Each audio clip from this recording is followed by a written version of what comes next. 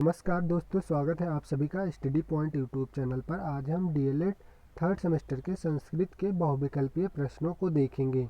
तो आज का हमारा पहला क्वेश्चन है, यचो अयवायवा सूत्र है तो ऑप्शन सा सही होगा अयादि संधि का।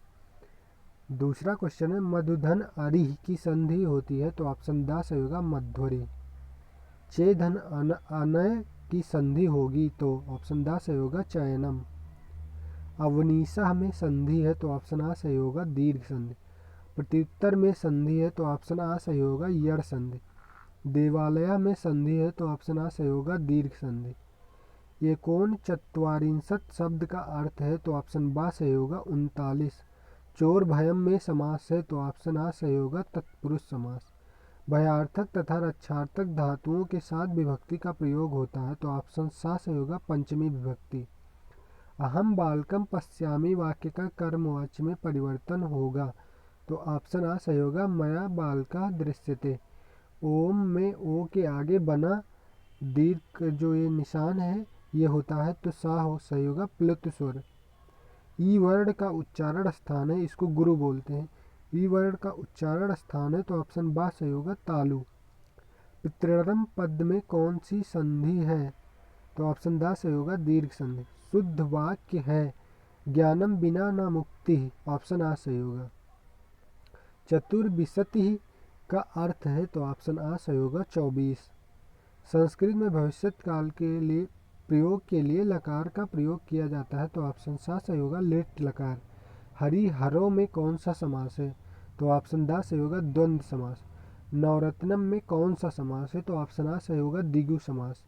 लंबोदरः में कौन सा समास है तो ऑप्शन बा सही होगा कर्मधारय समास। बालक का चतुर्थी विभक्ति में प्रथम वचन के रूप होगा तो ऑप्शन आ सही होगा बालकाय। नपुंसक लिंग है तो ऑप्शन बा सही होगा एते। 22वां क्वेश्चन है, पितु किस विभक्ति व वचन का रूप है तो ऑप्शन सा सही होगा पंचमी एक वचन। धेनु का विभक्ति और वचन है तो ऑप्शन सा सही होगा खष्टी एक वचन। वारी शब्द के तृतीया एक वचन में चुनकर सही रूप लिखिए तो ऑप्शन आ सही होगा वारिड़ा। सर्व शब्द का सर्वेशाम रूप बनता है तो ऑप्शन सा सही होगा पंचमी में। पश्यामी रूप किस लकार का है तो ऑप्शन आ सही होगा लट लकार। भवनम में संधि है तो ऑप्शन सा सही होगा आयादि। वसुधैव में संधि है तो ऑप्शन दा सही होगा वृद्धि। 29वां नंबर क्वेश्चन है, भ्रातरों में समास है तो ऑप्शन बा सही होगा एक शेष द्वंद्व समास। 30वां नंबर क्वेश्चन है, विद्या धनम में समास है तो ऑप्शन सा सही होगा कर्मधारय समास। 31वां नंबर क्वेश्चन है, बहुब्रीहि समास के भेद होते हैं तो ऑप्शन आ सही होगा दो भेद होते हैं। 32वां नंबर क्वेश्चन है, निर्मछिकम में कौन सा समास है तो ऑप्शन दा सही होगा अव्ययी भाव समास। 33वां नंबर क्वेश्चन है, चंद्रशेखरा में कौन सा समास है तो ऑप्शन सा सही होगा बहुब्रीहि समास। नेक्स्ट क्वेश्चन है, त्रिलोचना में समास होता है तो ऑप्शन आ सही होगा द्विगु समास। यशोधरा में कौन सा समास है तो ऑप्शन बा सही होगा बहुब्रीहि समास। समुद्रम में कौन सा समास है तो ऑप्शन सा सही होगा अव्ययी भाव समास। 37वां नंबर क्वेश्चन है, निम्न में स्वर का भेद नहीं है तो दीर्घ ह्रस्व प्लुत तीनों स्वर के भेद होते हैं लेकिन जो अंतस्थ होता है वो स्वर का भेद नहीं होता है। स्वर कहलाते हैं तो ऑप्शन आ होगा अच, ऑप्शन आ सही होगा। स्पर्श व्यंजनों के वर्ग हैं तो ऑप्शन बा सही होगा 5। 40वां नंबर क्वेश्चन है, व्यंजन वर्ण कहलाते हैं तो ऑप्शन सा सही होगा हल।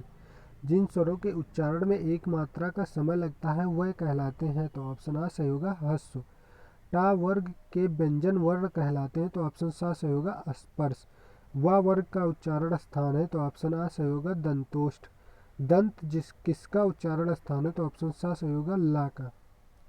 जा वर्ण का उच्चारण स्थान है तो ऑप्शन आ सही होगा तालु। या वर्ण का उच्चारण स्थान कौन सा है तो ऑप्शन दा सही होगा तालु। कंठ तालु से उच्चारित होने वाले कौन से वर्ण हैं तो ऑप्शन आ सही होगा ए आए। पठेत किस लकार का रूप है तो ऑप्शन बा सही होगा विधिलिंग। पंचमी विभक्ति में कारक का चिन्ह होगा तो ऑप्शन दा सही होगा से अलग अर्थ में। संप्रदान कारक में चतुर्थी विभक्ति में चिन्ह होगा तो ऑप्शन आ सही होगा के लिए।